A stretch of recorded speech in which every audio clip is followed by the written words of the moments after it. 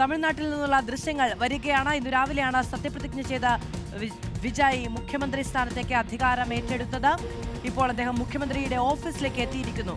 നമുക്ക് അദ്ദേഹത്തിന്റെ പിന്നിൽ ഗവൺമെന്റ് ഓഫ് തമിഴ്നാടു എന്ന ബോർഡ് കാണാം. അദ്ദേഹം മുഖ്യമന്ത്രിയുടെ ഓഫീസിലേക്ക് എത്തിയിരിക്കുന്നു. വിജയ് മുഖ്യമന്ത്രി കസേരയിൽ ഇരിക്കുന്ന ദൃശ്യങ്ങളാണ് പ്രേക്ഷകർ കാണുന്നത്.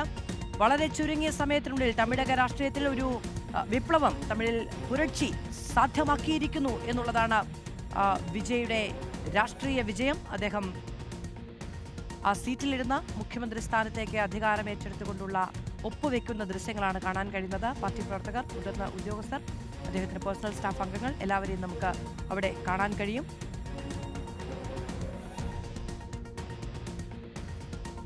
അഭിജിത്ത് മുഴക്കുന്ന വിവരങ്ങളുമായി നമ്മളോടൊപ്പമുണ്ട്. അഭിജിത്ത്, മുഖ്യമന്ത്രി കസേരയിൽ വിജയ്. അതേ മാധു, ചരിത്ര നിമിഷമാണ്, ചരിത്ര മുഹൂർത്തമാണ് കടന്നുപോയിരിക്കുന്നത്. ഇനി തമിഴ്നാട്ടിൻ്റെ തലൈവനായി ജോസഫ് വിജയ് വരും എന്നുള്ളത് തന്നെയാണ്. വലിയ ആഘോഷം, വലിയ ആരവമായിരുന്നു ഈ ജവഹർലാൽ നെഹ്റു സ്റ്റേഡിയത്തിൽ, ഇൻഡോർ സ്റ്റേഡിയത്തിൽ ആകെ മുഴങ്ങിക്കേട്ടത്. ജോസഫ് വിജയ് ഞാൻ എന്ന സത്യവാചകം ചൊല്ലിത്തുടങ്ങുമ്പോൾ തന്നെ വലിയ കരഘോഷത്തോടെ, ആർപ്പ് വിളികളോടെ ഈ ടി.വി.കെ ആരാധകർ അത് സ്വീകരിക്കുന്നത്, അത് ഏറ്റെടുക്കുന്നത്, അത് കൊണ്ടാടുന്നത് നമ്മൾ കണ്ടു.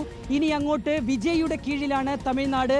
59 വർഷം നീണ്ടുനിന്ന ദ്രവീഡിയ രാഷ്ട്രീയത്തിനൊടുവിൽ തമിഴക വെട്രിക്കഴകം എന്ന 2 വയസ്സ് മാത്രം പ്രായമുള്ള ഒരു പാർട്ടി, ആ പാർട്ടിയുടെ അധ്യക്ഷനായ വിജയ്, അങ്ങനെ ഇവർ ഈ തമിഴ്നാടിനെ ഭരിക്കുന്നതാണ് നമ്മൾ ഇനി കാണാൻ പോകുന്നത്. 9 മന്ത്രിമാർ കൂടി സത്യപ്രതിജ്ഞ ചെയ്ത് അധികാരത്തിലേറി എന്നുള്ളതാണ്. ദൈവനാമത്തിലായിരുന്നു വിജയുടെ സത്യപ്രതിജ്ഞ.